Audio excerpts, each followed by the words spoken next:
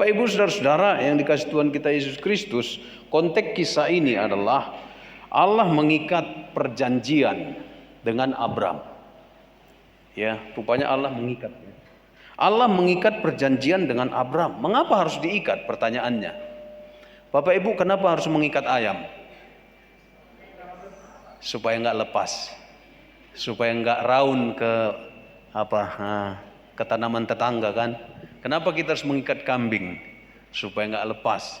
Nanti kalau lepas lari ke kebun orang, dibilang orang apa yang masuk ke kebunku adalah punya aku, kata orang. Nah, Bapak Ibu saudara, Abram diikat oleh Tuhan dengan ikatan perjanjian. Di situ nggak ada kata ikatan, saya tafsirkan saja. Dengan ikatan perjanjian supaya Abraham nggak kemana-mana lagi, supaya Abram on the track, supaya Abram stay in God's plan, supaya Abram tetap tinggal dalam rencana Allah. Jadi diikat Abram itu dan diikat dengan perjanjian. Kalau Bapak Ibu membeli tanah, tentu ada ikatan perjanjian, betul ya? Kalau nggak ada ikatan perjanjian, nanti ya siapa yang berani kan? Nanti kecuali memang betul-betul percaya. Nah, supaya nggak kemana-mana lagi, gitu. Paling nggak kita bayar DP. Tapi DP belum ikatan perjanjian itu, masih perskot ya. Nah, tapi di sini Abram mengikat perjanjian supaya Abram nggak kemana-mana. Karena bapak kita ini kan bapak kita Abram ini sudah kemana-mana Bapak Ibu.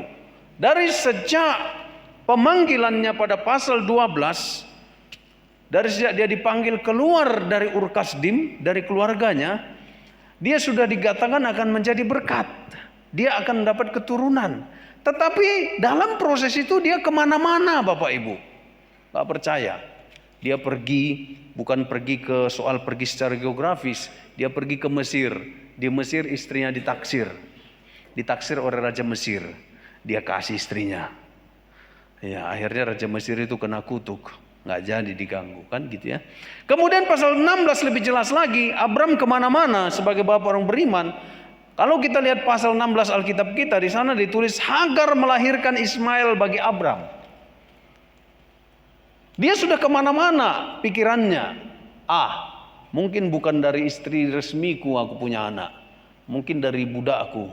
Lalu diambilnya lah budaknya, dijadikannya, dihampirinya budaknya. Lalu lahirlah Ismail. Inilah barangkali yang dikatakan Tuhan itu. Toh laki-laki gitu ya. Tapi Tuhan bilang bukan. Lalu supaya Abram gak kemana-mana diikat lagi dengan tali perjanjian. Ibu bapak saudara-saudara yang terkasih, supaya kita gak kemana-mana, kita perlu diikat. Diikat oleh Tuhan. Dan ikatan-ikatan itu dalam berbagai macam cara. Kadang Tuhan kasih sentuhan, kadang Tuhan kasih belayan, peringatan, jeweran, sampai pukulan. Supaya kita ingat. Amin. Nah ibu bapak saudara-saudara, mudah-mudahan jangan sampai dipukul, dijewer aja udah cukup kan gitu ya. Karena apa Bapak Ibu Saudara-saudara? Usia Abram di sini sudah 99 tahun. Bayangkan 99 tahun masih belum punya keturunan. Itu bagi manusia biasa sangat-sangat mencemaskan dan mungkin sudah putus harap. Makanya pikirannya kemana-mana ya. Yang inilah ya. Sudah umur 25 tahun belum ada yang manodo apanya?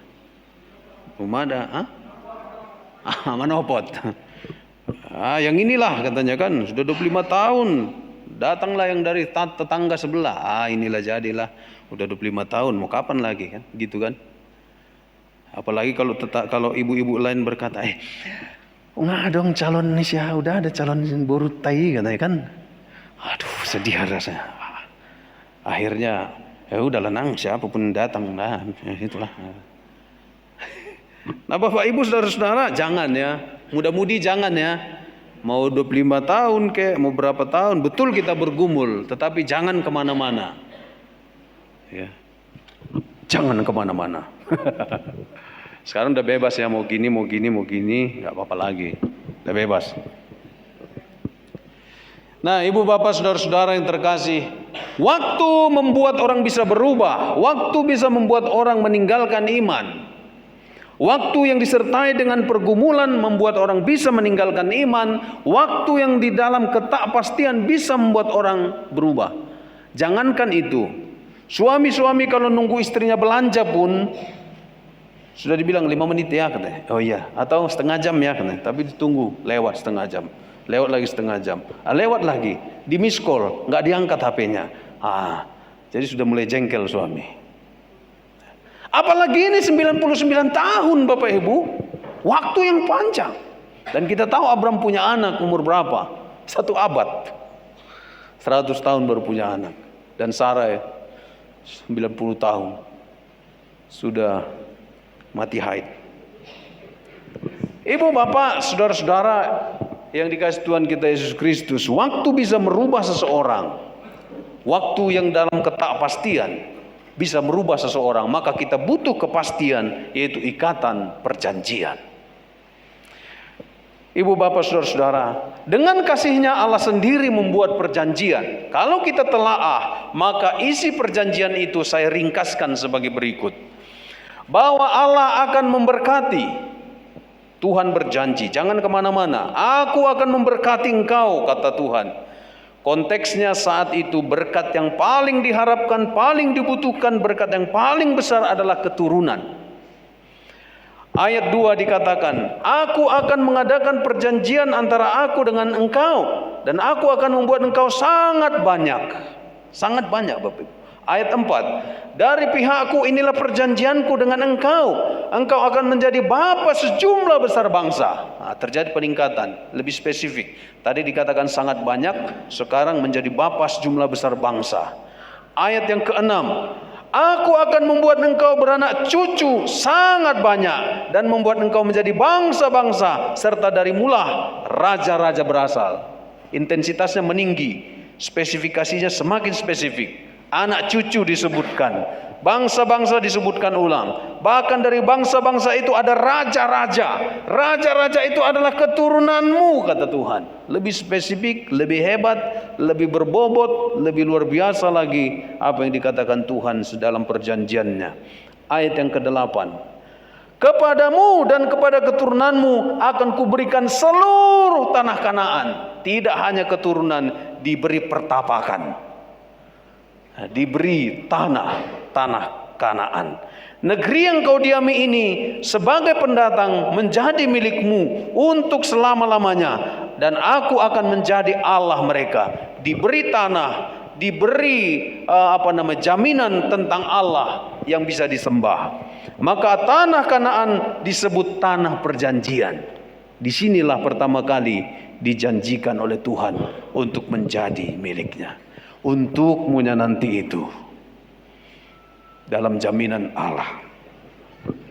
Bapak Ibu saudara-saudara, maka kita pun disebut umat perjanjian. Kita disebut umat perjanjian, umat yang dijanjikan Tuhan, umat yang memegang perjanjian, umat yang hidup di dalam perjanjian. Memang secara genetis kita bukan keturunan Abraham.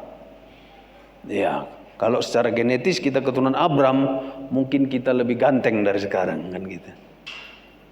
Belum tentu juga. Ya. Tetapi Bapak Ibu Saudara-saudara, secara teologis, ideologis, secara imanen, kita adalah keturunan Abraham, mewarisi perjanjian itu. Bapak Ibu Saudara-saudara, apakah kita menyadari bahwa kita adalah umat perjanjian, keturunan Abraham? Apakah kita menyadari bahwa kita adalah ahli waris secara iman?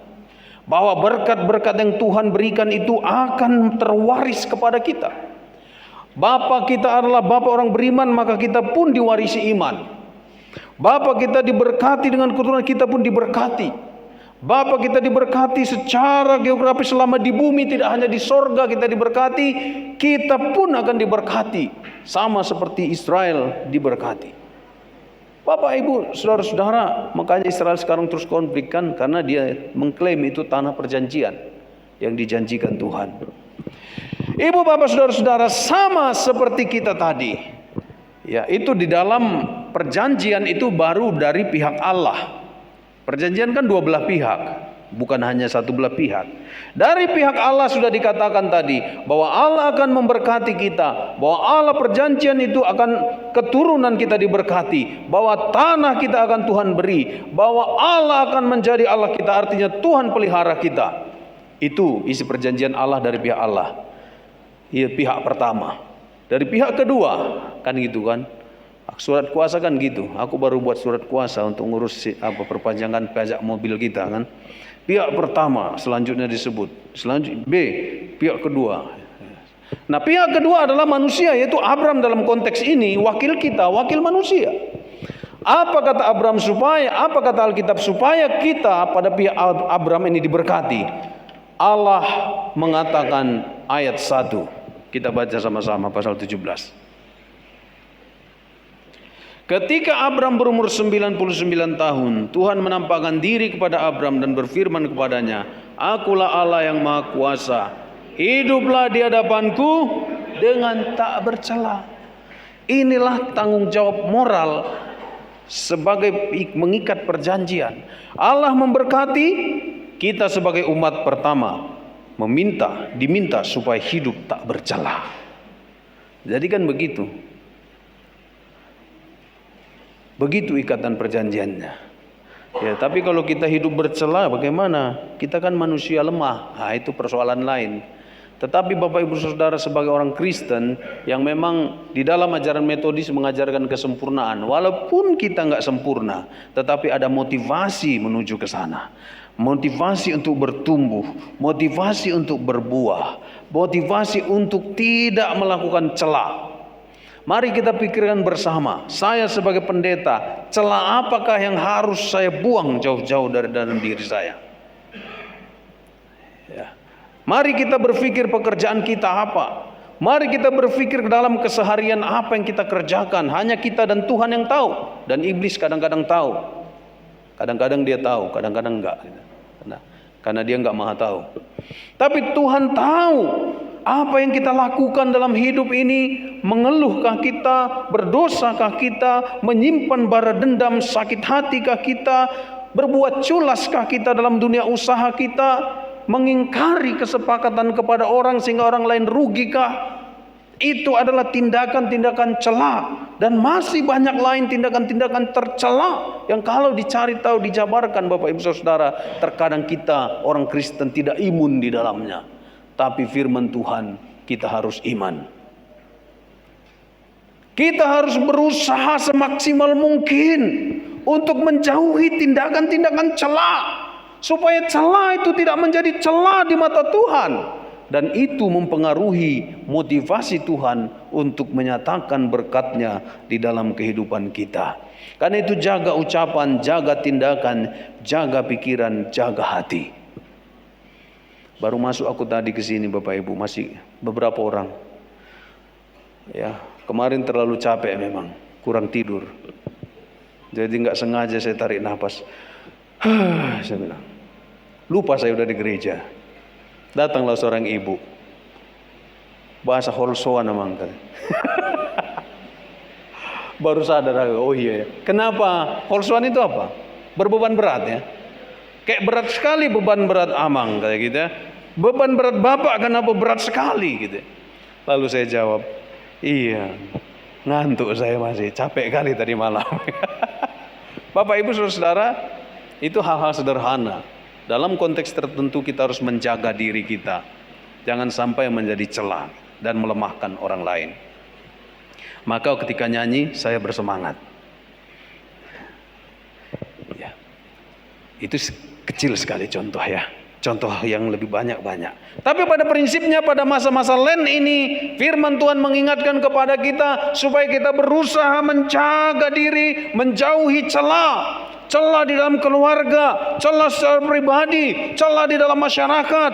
Jangan sudah celah orang tahu, bahkan sudah mencela kita tenang-tenang aja dengan berkata, bahasa bodoh amat, apa urusanmu sama aku? Minta garam aku sama kau? Bukan persoalan minta garam Bapak Ibu. Persoalan kita adalah kita punya ikatan perjanjian dengan Allah.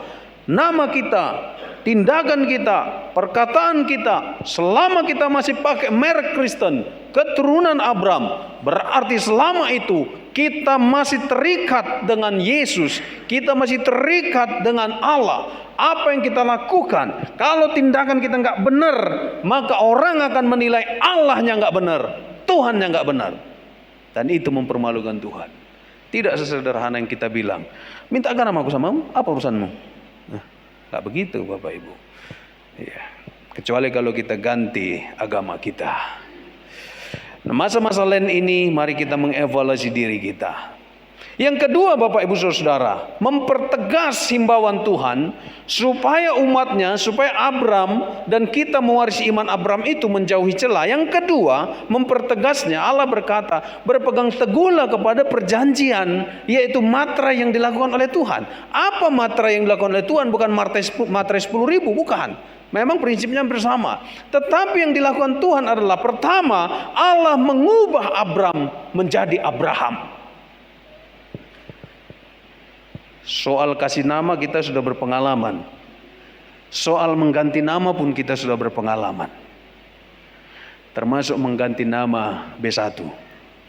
Kan berpengalaman kita. Ibu bapak saudara-saudara, dalam dunia timur, nggak tahu kalau barat, saya kira hampir sama. Tapi dalam dunia ketimuran, memberi nama itu sangat penting. Nama dikasih seseorang karena di dalamnya ada pesan. Ya, di dalamnya ada karakter, ada sifat yang dititipkan, diwariskan. Saya kasih nama Gelora kepada anak kami waktu di Makassar karena kondisi kami betul-betul mengalami pergumulan yang hebat. Gaji 3 juta, keyboard gereja dibawa pendeta yang lama. Ternyata bukan keyboard gereja, tapi keyboard pendeta. Barang-barang gak ada di pastori, sedikit sekali. Karena barang-barang pendeta yang lama tinggal di rumah pribadinya, barang-barang semua barang-barang pribadinya. Jadi Bapak Ibu Saudara, waktu serah terima, datanglah leader. Ya, panggil, saya bisikkan nama leader. Sebelum serah terima, berapa saldo kas kita, Mang?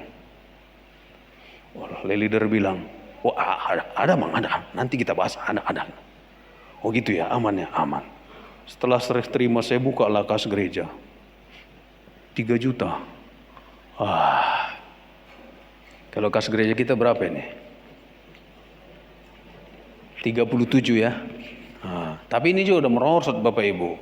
Ini peningnya pendeta kalau udah bona tahun ini, si lehon-lehon jemaat menurun.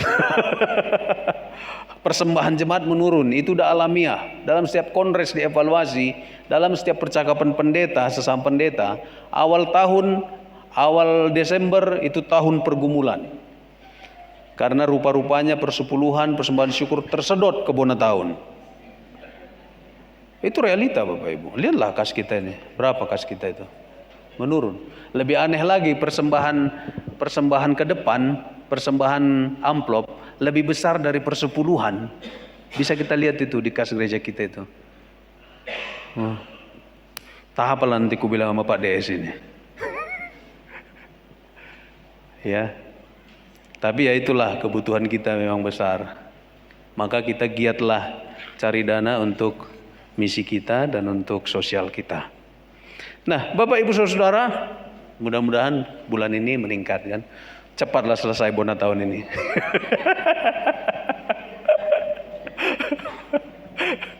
Nah, Bapak Ibu Saudara, saya bisikkan ke leader.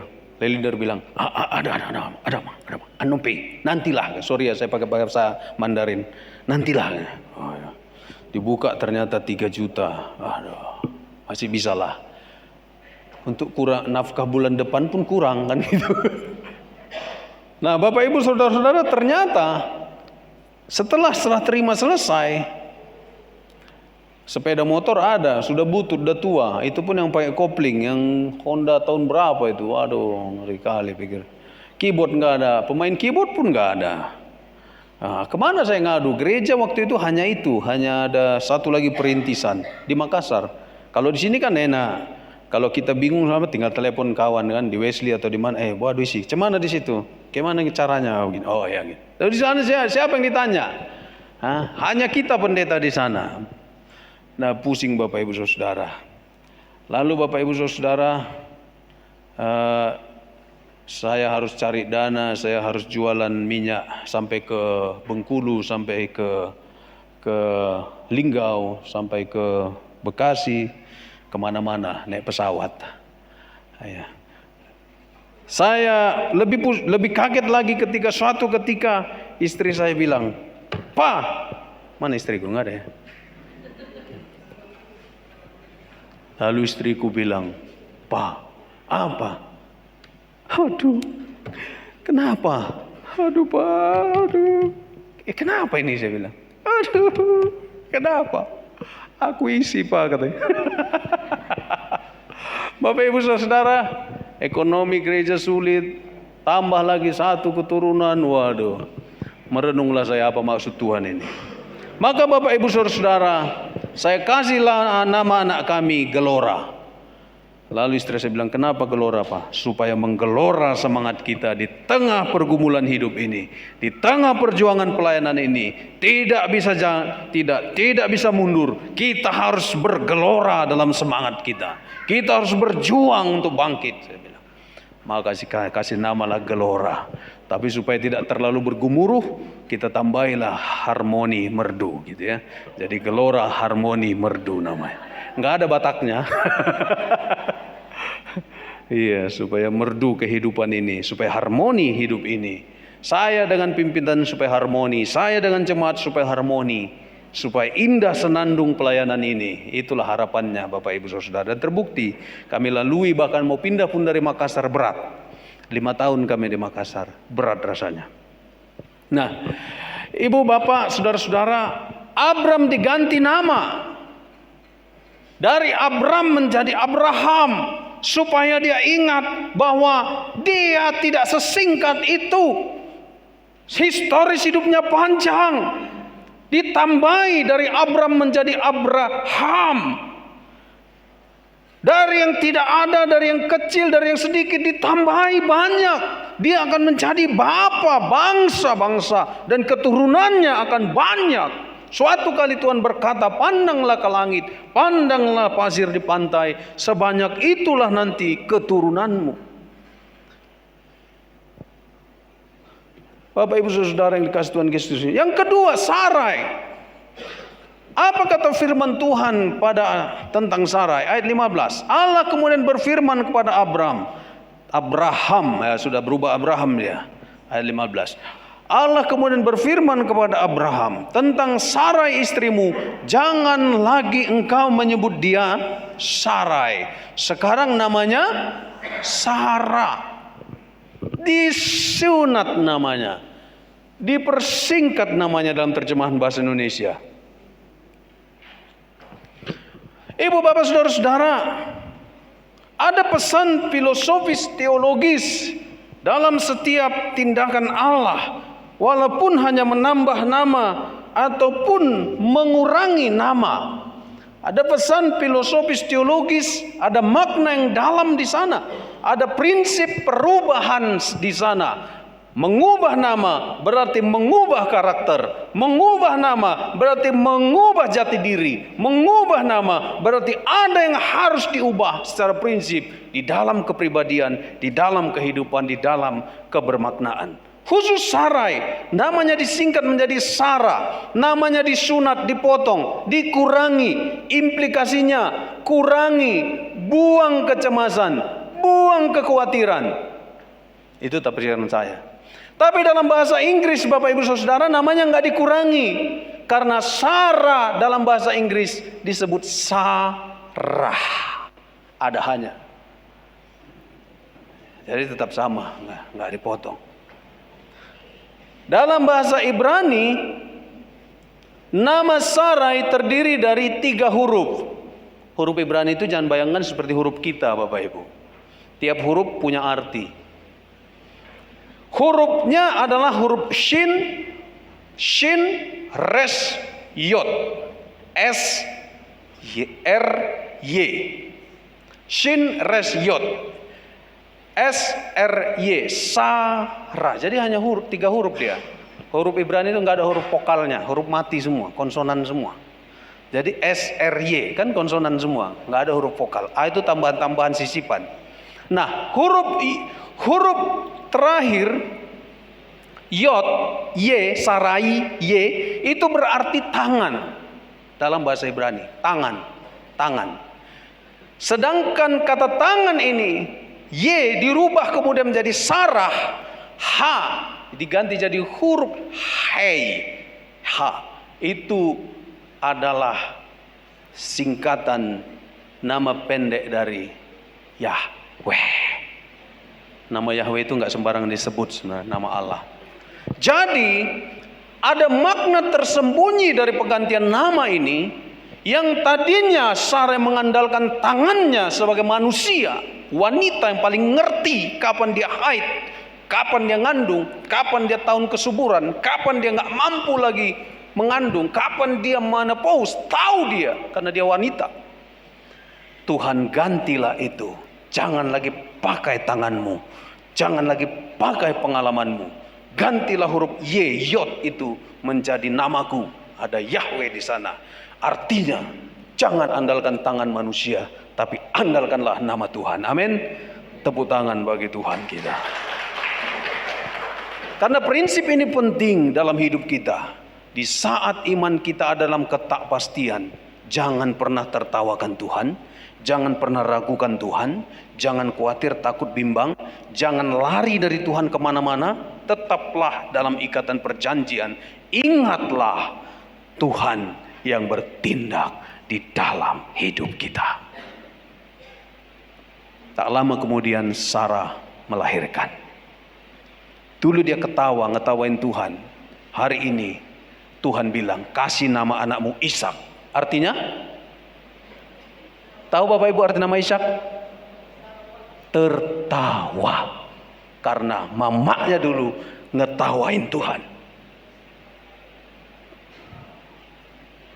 Seru ya. Makanya Bapak Ibu, forget it lah nama-nama barat. Nggak usah sok keren. Kadang orang sekarang apa-apa kiblatnya barat. Diganti, yang sudah ya sudah lama. Mau buat apa? Kita mulai era baru. Nama-nama dari daerah kita bagus-bagus kok. Kenapa harus diganti? Ya, kalau kita lihat nama Mang Silaban Marudut, apa artinya Mang? Naik. Bersambung. Kesinambungan. Kan bagus itu. Kita ganti jadi apa? Alex. Alex Silaban gitu. Pikirnya keren, ditanya apa artinya? Ya pokoknya keren aja katanya. Maka saya kasih nama anak saya Gelora Harmoni Merdu. Bataknya mana? Urus Saragi, saya bilang. Nah, Bapak Ibu Saudara, jadi kalau nanti ada anak cucung saya akan cari nama Indonesia atau nama daerah, saya kasih nama situ. Saya bilang sama anak saya, jangan sok-sokan kasih nama-nama keren-keren, nggak ngerti artinya. Nama itu adalah kepribadian, nama itu identitas, nama itu adalah iman. Ada iman di sana. Makanya nggak usah sibuk gereja metodis pakai istilah nama baptis. Siapa nama baptisnya? Ya boleh aja sih disematkan gitu ya, Elizabeth. Ya. Silakan. Nah, saya kembali menyemangati kita supaya bangga dalam keindonesiaan kita. Nah, Ibu Bapak Saudara-saudara yang dikasih Tuhan kita Yesus Kristus. Lalu Abram kenapa ditambah? Sarah kenapa disunat? Jangan salah, materai kedua, materai yang paling kuat pada Abraham adalah sunat. Abram bukan namanya yang disunat, tetapi sesuatu yang ada dalam tubuhnya itulah yang disunat sebagai tanda perjanjian ikatan. Dia ngerti dari organ vital itulah keturunannya akan marudut bersambung. Jadi jangan sepele Bapak Ibu. Soal itu maka dikuduskan Tuhanlah itu, dipotonglah itu, disunatlah itu, supaya Abraham dan keturunannya dan kita mengerti ada perjanjian sunat berlaku bahwa iman harus diwarisi kepada keturunan, dan perjanjian sunat ketika dilakukan terjadi pertumpahan darah. Inilah perjanjian darah antara manusia dan Tuhan, ada melibatkan darah. Kenapa orang bilang kenapa Yesus harus mati menumpahkan darah? Jangan salah, perjanjian darah itu sudah ada dari dulu kala, dan Allah sudah memulainya dengan perintah sunat. Ketika seorang anak disunat terjadilah pertumpahan darah, dan darah itu mengingatkan pada korban penebusan, pada korban pengakuan dosa, pada korban penyucian, pada korban iman. Bapak Ibu saudara-saudara yang terkasih dalam Tuhan Yesus Kristus, inilah materai kehidupan orang Kristen. Supaya kita nggak kemana-mana, garis keturunan kita nggak kemana-mana, ingatlah sunat. Dan sunat ini dalam perjanjian baru sudah disempurnakan melalui pengorbanan Yesus. Kenapa kita nggak wajib lagi sunat? Kita sudah menerima pengorbanan darah yang lebih sempurna. Bukan lagi darah kita, tapi darah Tuhan mengampuni dosa kita. Selamat berjuang menjaga celah dan hidup. Di dalam masa lain ini Tuhan memberkati.